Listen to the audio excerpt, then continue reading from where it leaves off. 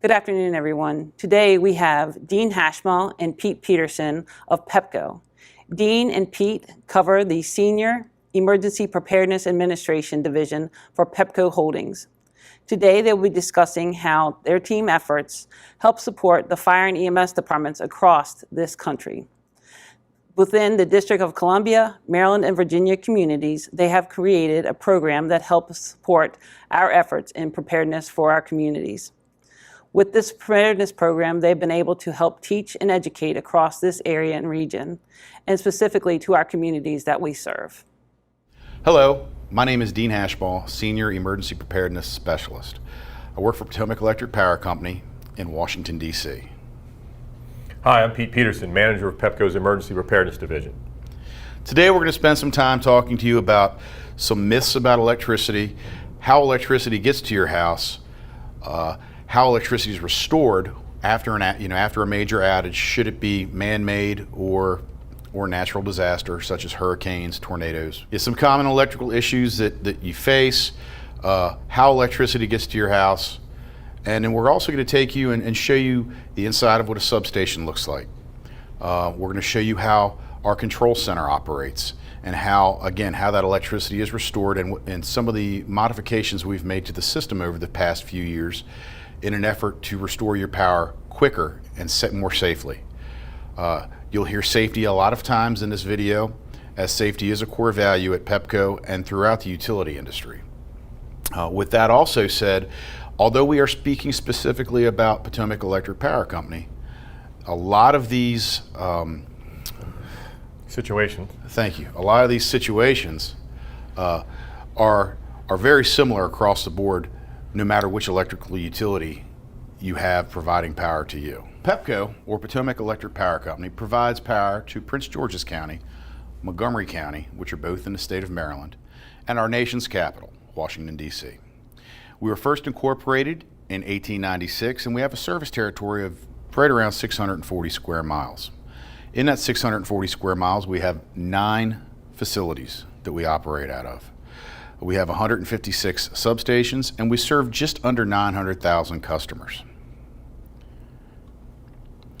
We were incorporated in 2002 when we merged with a company that was called Connective.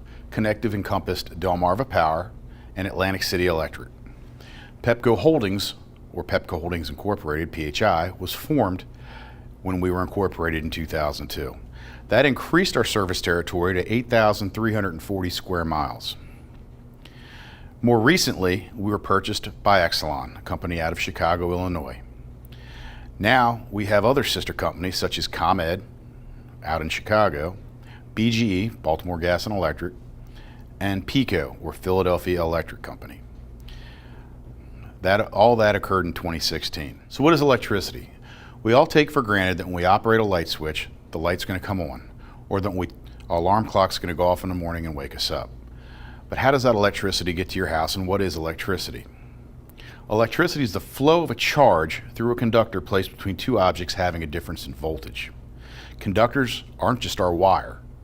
Conductors also include people, equipment and apparatus, poles and ladders, and water and trees. The speed of electricity is also impressive.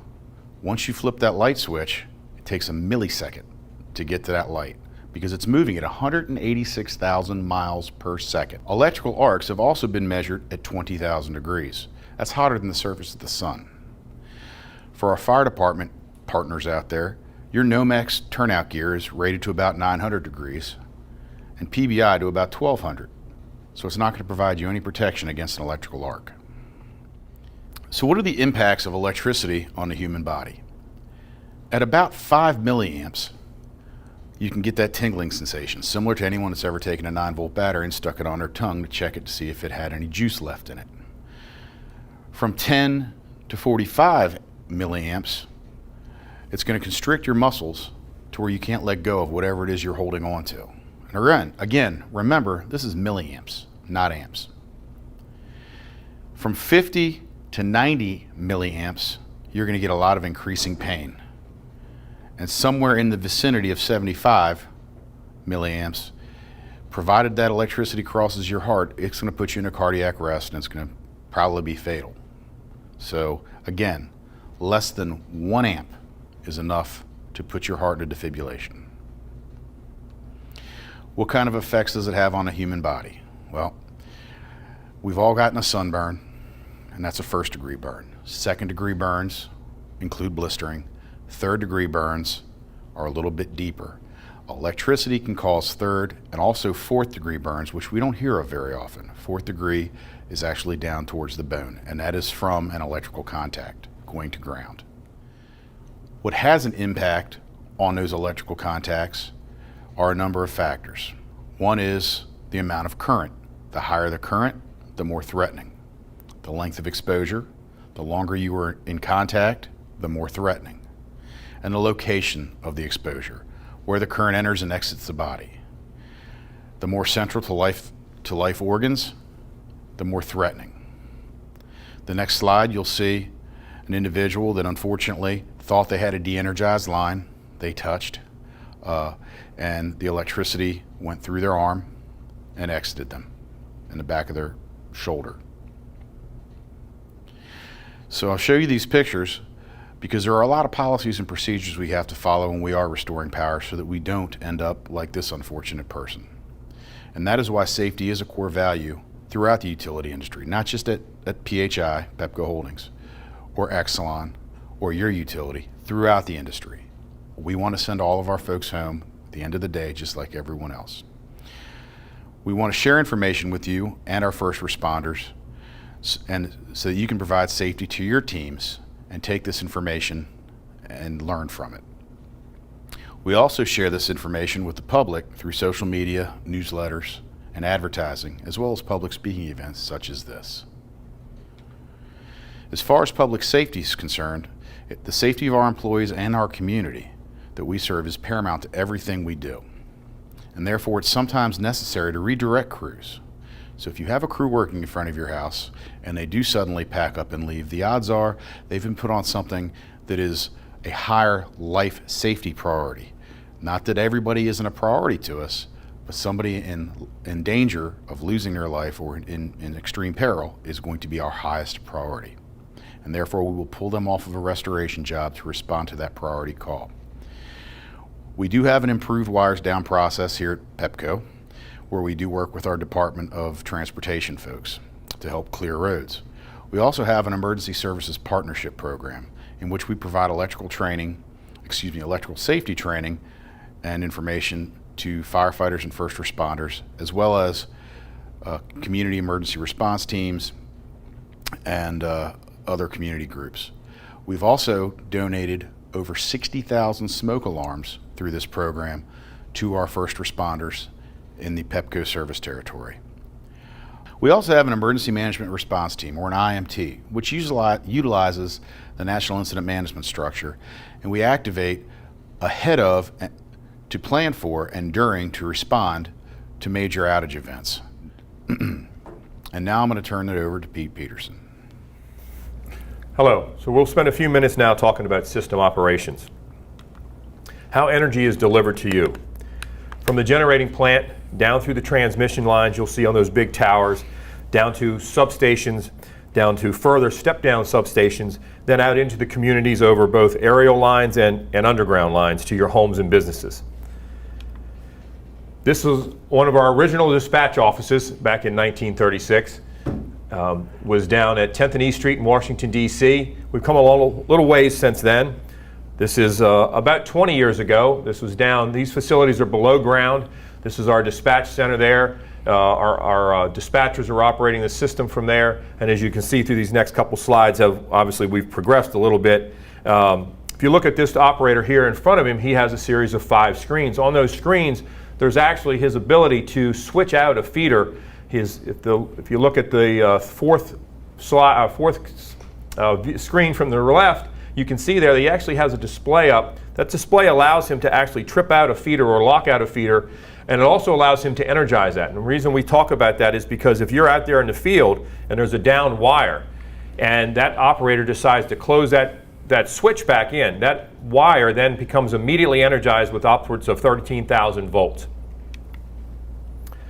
As you can see by this next slide, again, technology is advanced, we've advanced, And those same screens that you've seen now become a little bit larger, a little bit clearer, but they still have the same ability.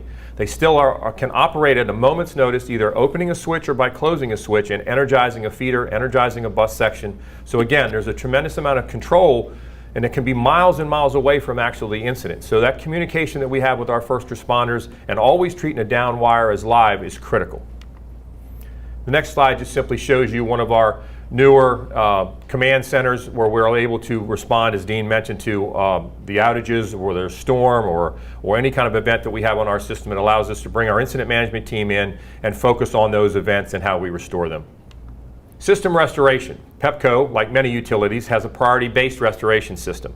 We deal with life-threatening situations first. That could be a wire down, an energized wire. It could be a hospital out of power. Those are things that obviously are potentially life-threatening, and we want to deal with those as quickly as possible.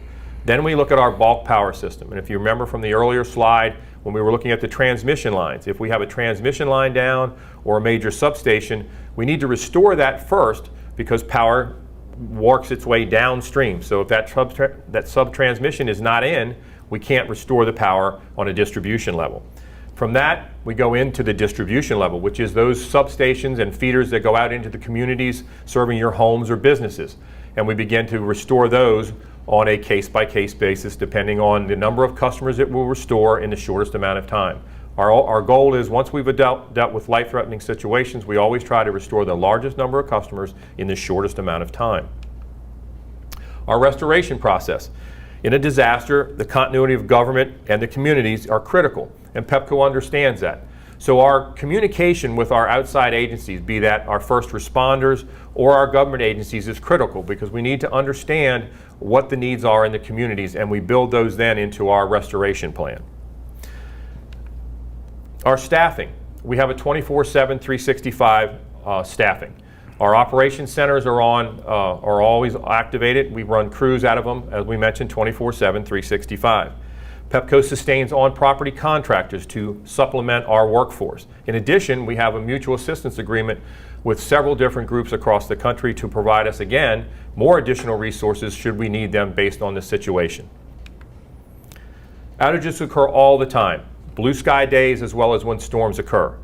Those can be a situation as a result of weather, a car accident, equipment failure, animals, and other causes. Sometimes those are momentaries. Sometimes we actually schedule outages to improve our restoration and improve our equipment on our system. And then, of course, they could be sustained outages based on inclement weather, hurricanes, thunderstorms, and different types of scenarios. Weather challenges. Weather is always a challenge for any utility, whether it's extreme hot weather, whether it's thunderstorms, hurricanes, winter weather, heavy snows, wet snow, ice accumulation. All those things can negatively impact a utility system. One of the things in the winter months that significantly has an impact on an electrical system is ice accumulation. Anytime you get above 1/4 of an inch of ice accumulation on wires and poles, you start to see a lot of trouble. And that also accumulates on trees. Trees then become an issue because they bend or snap or break, and they obviously impact or can impact the utilities wires and cause outages. Wind, if you incorporate wind on top of that ice, again, another situation which can cause large-scale outages. Summer weather, as we're going through right now in the Washington, D.C. area. High heat, which increases our demand on load. Obviously, impacts of severe weather from either hurricanes or major thunderstorms, windstorms. All of those things can have a significant impact on an electrical system. Here are just some different photos that we have. As you can see there, we talked a little bit about trees coming down, the impact that has on an electrical system. We talked about a distribution feeder. Those are the feeders that serve our communities, that go out to serve our businesses, our homes. Distribution feeders typically carry power distances of between 2 and 20 miles, and they typically carry or supply somewhere between 1,200 to 2,000 customers, depending on the length and the size of the feeder.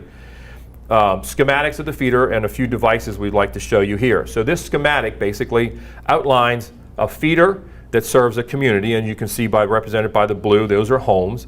There are also representation there of some businesses, and there are also switches and different devices that we use. What you'll see here is we're going to demonstrate a outage, so the feeder breaker, if that were to trip, those are fuses there, right? All these can cause outages. An open switch would also allows us to deliver power from a different location, so basically we call that backfeeding to restore customers quicker. The service to the actual transformers, service transformers, which we've seen in just different types, and then the closed switch. And basically this allows us to sectionalize the feeder. So if we have trouble in front of that sectionalizing switch, we can isolate, restore a portion of the feeder, and restore our customers even quicker. This next slide will demonstrate an automatic system reclosure device that will actually help restore the power to our customers quicker. This slide will demonstrate an automatic system reclosure. This device allows the system to diagnose on its own the problem and attempt to restore a portion of the feeder before we ever get a trouble man on the system. Initially, it identifies the fault. The feeder is opened at the station. There's over 1,000 customers out. It opens a switch, opens an additional switch, thereby isolating the fault, closes the switch, and in under 51 seconds has restored 3/4 of the feeder, leaving only the remaining 270 customers out, which the crew will diagnose once they arrive on site. Vegetation management, tree trimming essentially, is a critical part of any maintenance program in a utility. Our tree management program is extensive both at the state and county level. We work on a round-the-year basis to ensure that proper maintenance is maintained between the trees and the power lines. And it's a very effective process when done correctly. Now I'd like to turn it back over to Mr. Dean Hashmall to talk a little bit about communication. Pepco, as well as many other utilities, want to provide updated information to our customers. When power goes out, we want you to know why, and we want you to know when you'll be restored, as accurately and as quickly as possible. So we try to provide near real-time outage maps, which we'll demonstrate. We provide customer mobile apps for smartphones so that you can see when you'll be restored while you're not at home. We also send liaisons to our EMAs, our emergency management agencies. The reason for that is, if everything's a priority, nothing's a priority. So we want our emergency management liaisons to work with our emergency management directors so that they can give us feedback on what the counties and those jurisdictions, or excuse me, the counties and other jurisdictions want restored first. We have direct lines of communications to these emergency management agencies and their teams so that we can get critical infrastructure back restored as quickly and safely as possible. On blue sky days, ETRs are generated by an outage management system, and that's based on a number of customer calls. If we get a single call saying that my power is out and nobody else on the street calls, we can pretty much assume that it's either an internal problem or a single wire down to the customer's house. If multiple customers call on the same street, we can make an assumption based on OMS that it's a transformer fuse that is blown. And that also assists us in where we send our crews to start looking for the trouble case. If there are numerous people on one street, not on the same transformer, we can reasonably assume that it's a line fuse that is blown, and we can start looking for trouble there. If we're getting multiple calls from all up and down a circuit, we can reasonably assume that we have an issue with that feeder. Upon arriving on site, our crews will diagnose the problem and provide the system an estimated time of restoration, which will be forwarded through our communication systems to that app on your smartphone. During major events, hurricanes, major storms, where we incur a lot of damage to our system, we do not establish an ETR. We want to get a chance to have boots on the ground, get our crew's eyes on location of the damage so that we can establish a global ETR. As you can see, there are 3 different types of ETRs. You have global, tiered, and individual. Global is what we're expecting most customers and our last customer restored to see. Tiered is based on larger outage groups, and individual ETRs are based on smaller outage groups and individual customer outages. Speaking of that app, all of that again can be found on our outage alerts through our app. Again, most utilities do have these apps. I would highly recommend going to your utility's webpage and looking for the app. Pepco's preparedness strategy, resource allocation, and decision making are aligned with the needs and communities we serve. We provide information that our customers can use to help them prepare. And we plan for weather events year-round via operational training and readiness, technology deployment, second roles for employees. And with second roles, any office personnel who typically do not work out in the field, they don't leave at 4 o'clock after a storm.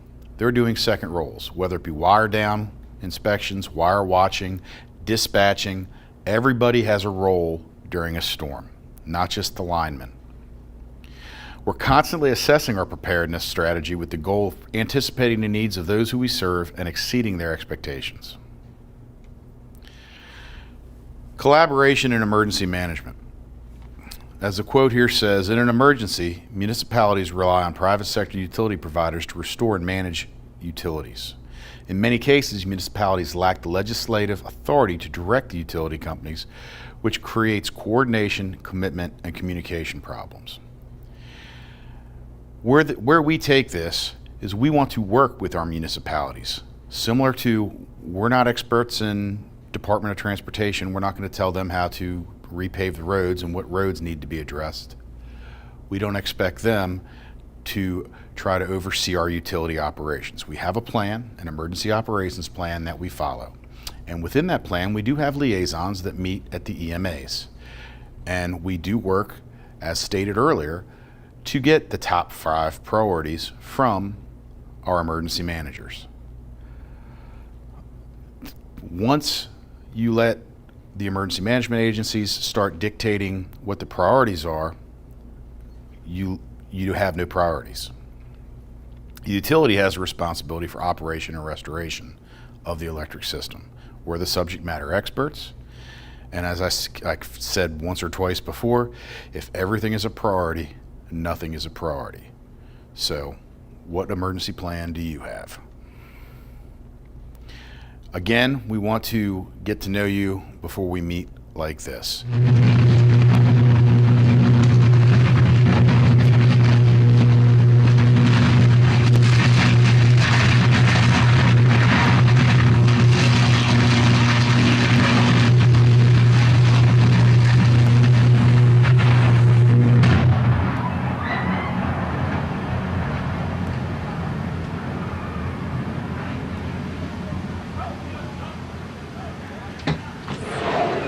What you saw there was a substation transformer failing next to a golf course, and that was not on our electric system. But again, I don't want to meet the chief at that hazmat scene and be the first time that I've ever met him.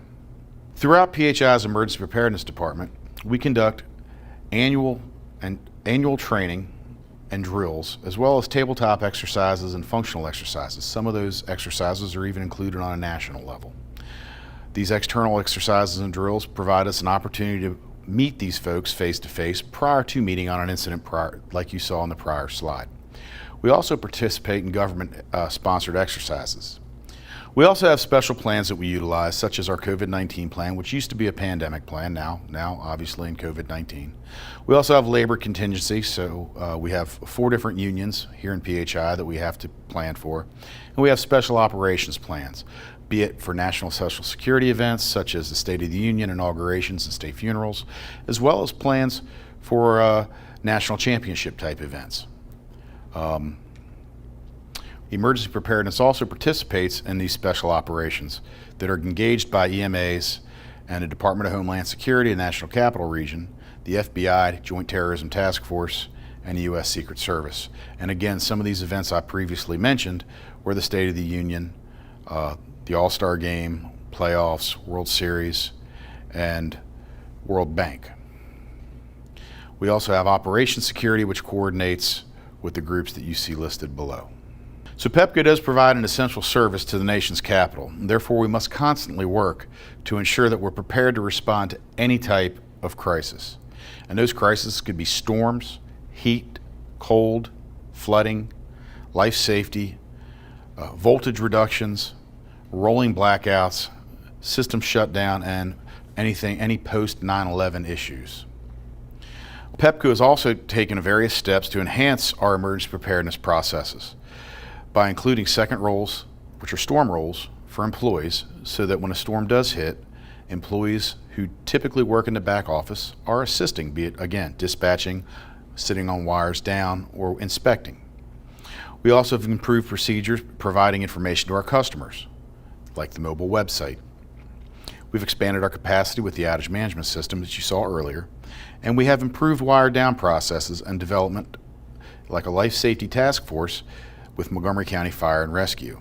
We've also been performing enhanced planning and drilling, and we've got enhanced technology platforms.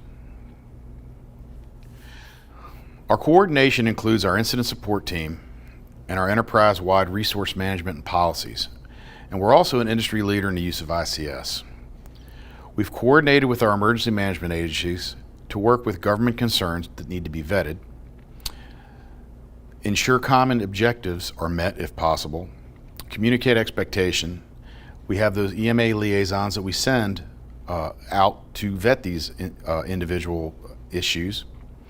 With the wires down, road closures, and our DDOT and Department of Public Works and Transportation officials. We have assist fire police calls, which we have to answer in the state of Maryland in under 3 hours.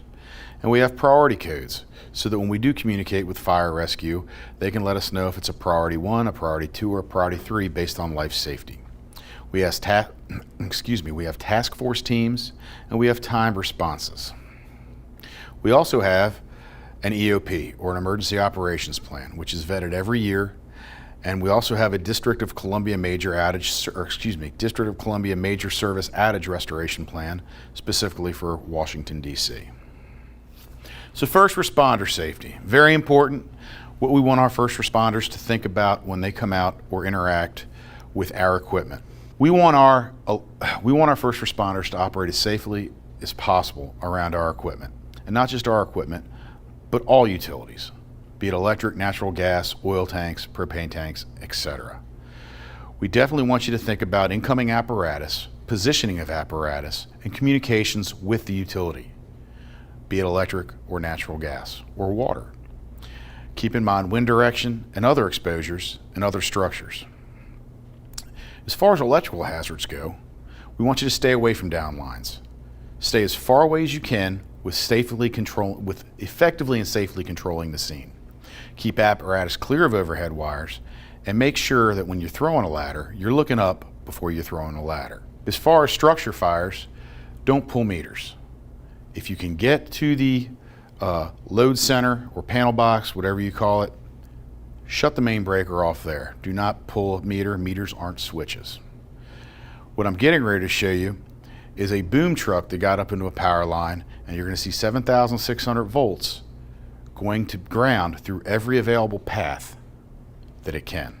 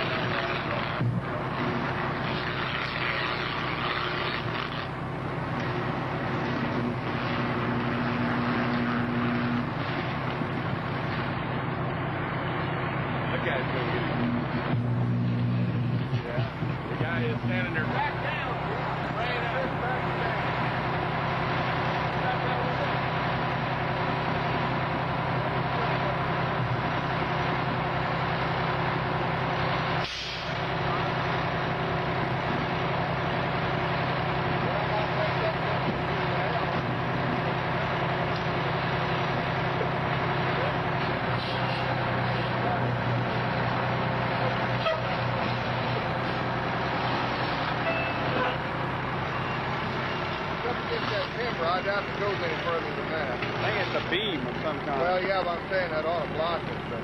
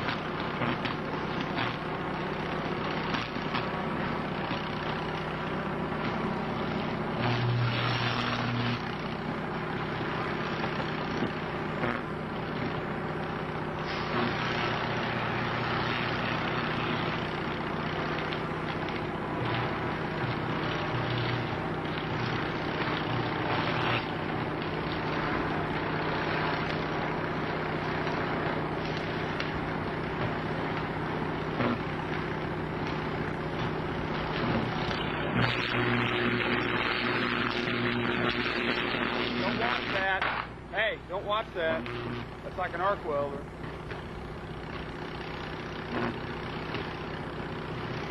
It'll burn your eyes if you watch that arc welder. Why is that important? Each place you saw that electricity going down through those outriggers into ground was creating something called step potential. So if you look at this silhouette of the individual by the pole, at that location there's 7,600 volts going to ground. Depending on the soil consistency, moisture, and makeup, that voltage is going to drop roughly by half every 3 feet. So 3 feet away you're now at 3,800 volts, 6 feet away you're at 1,900 volts, and that goes until it nulls out.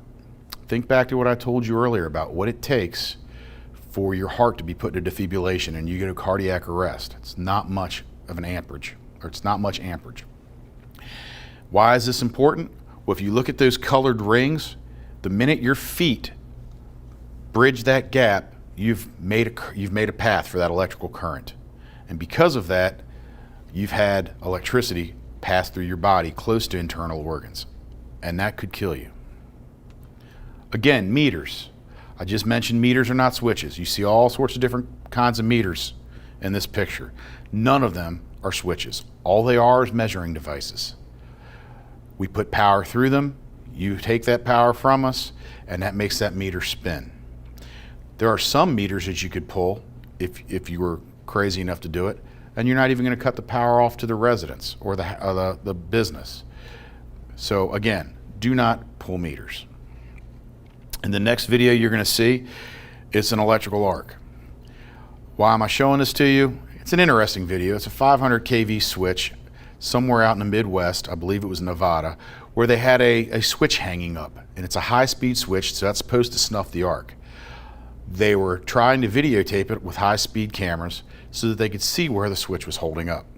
They switched out the wrong circuit, and what you're going to see here is a rather large arc.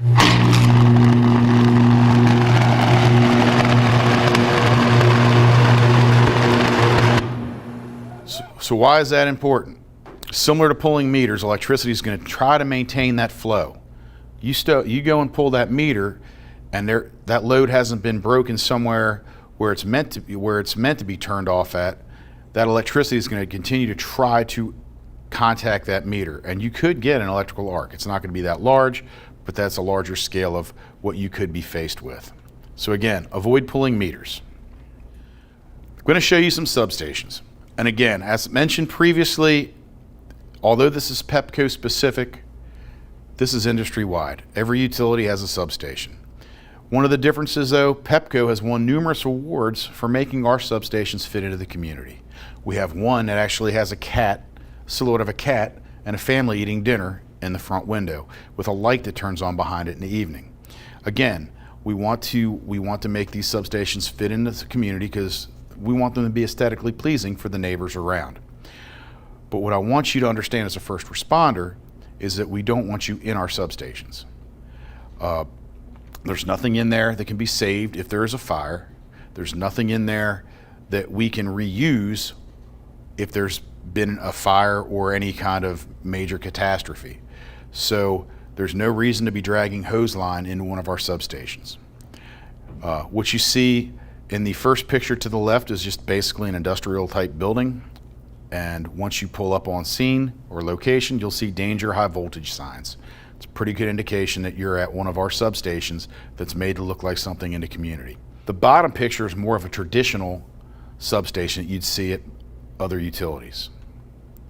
Here's the inside of the substation or control house. The most hazardous thing in there other than the voltage would be the DC batteries to the right. All of our substations are controlled by direct current or DC, battery voltage. And that allows us to continue to control our substations even after we lose power to them, which we do during major events. You'll see the control panels to the left, and in the very bottom picture are breaker cabinets. The picture you see on the left here is an actual substation breaker. It's about the size of a soda machine, and it controls 13,000 volts. And that's the picture to the bottom right of the back of it. And then you've got your relay up top. And what that does is actually talks to our control center with the pictures that Pete showed you earlier, where we can control our feeders and lock them out. It's actually talking to that device. Substation transformers. What you're looking at here is a 69,000 volt to 13,000 volt transformer. This takes a sub-transmission voltage, steps it down through some coils, and makes it 13,000 volts so that we can send that out into our distribution. Just showing you some comparison for size. You've got an individual standing there. It's rather large. There's a lot of oil in there. That's our insulating agent. And one of the things that I want you to keep in mind, and I'll show you, it's in this picture, but it's also in this picture, which is just a slightly larger transformer, is that gravel, that pit that transformer's sitting on. Our pits, our oil retainment pits, are designed to hold 110% of the product. So if that transformer were to leak, if it were to rupture, and that oil were to drain down into it, and you were to come in and start, first responders come in and start putting foam and product on that oil to put a fire out, you're now forcing that product out of that containment pit and making an environmental hazard. So again, there's really nothing you can do to assist us once one of these things fail. And they do fail, as you saw in that picture from the golf course. They can fail catastrophically like that, or they can just pop like a light bulb for all intents and purposes and stop working. The last video we're going to show you was videotaped through Baltimore Gas and Electric. It's of an individual who was doing a side job, cutting some trees down, and ended up getting the tree into a 34,000 volt sub-transmission feeder, which dropped into a 13,000 volt feeder. And basically what you were doing was energizing equipment that was meant to take 13,000 volts with 34,000 volts. That tree limb dropped into the 34,000 volt line and then into the 13,000 volt line, and all that 13 kV or 13,000 volt equipment took an induced voltage of 34,000 volts and transferred it through there. So now instead of getting 120 volts to your house, it was exponentially higher. And you'll see in the video eventually the gutters start arcing on the house. The service wire gets so hot that it's smoking and smoldering and starting to melt down. And the firefighters there do the exact right thing. They stay away and they wait for the utility. No different than one of these substations either. We want you to handle it like a hazmat event. We want you to deny entry, establish a perimeter, and protect exposures.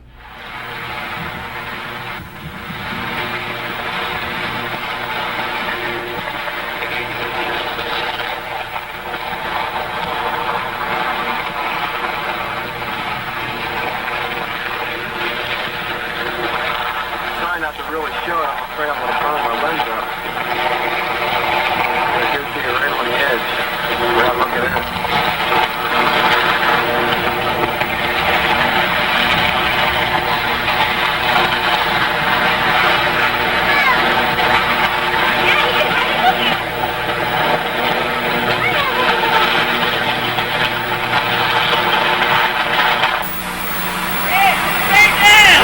Get me down!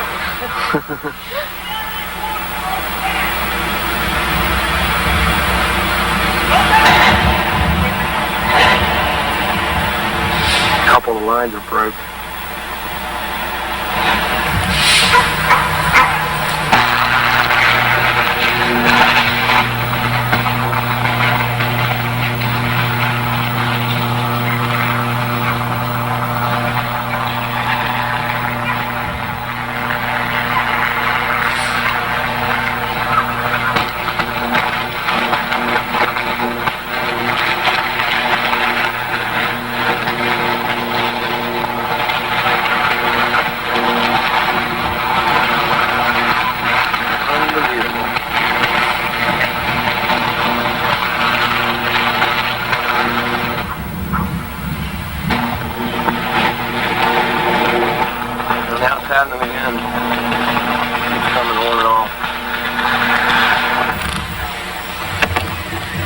explained to you at the beginning of this tape that this was caused by a tree limb being accidentally cut on the line by the operator of that bucket truck. You can see the tremendous flash and the available voltage and amperage that's available there. And as you saw the hot line demonstration at the beginning, this is what is happening with the recloser effect. It just keeps opening and closing the line. Every time it closes the line, you get this big ball of fire rolling up in the air. Just watch it for a few minutes. Catching all the wires up. There goes the lines.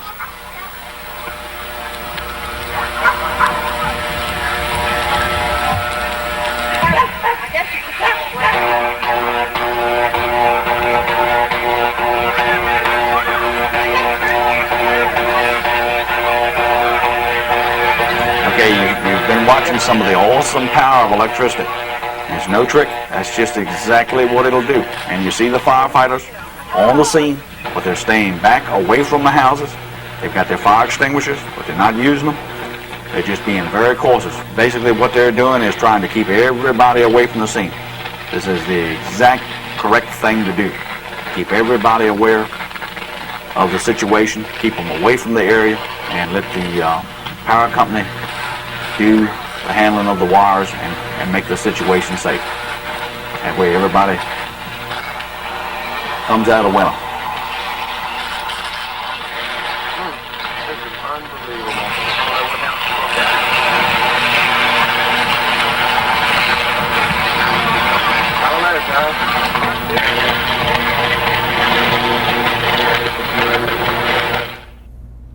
So thank you for your time today. We hope you learned something. And if you have any questions, we really wouldn't mind answering your questions. Please reach out. My number is on the screen. I prefer email.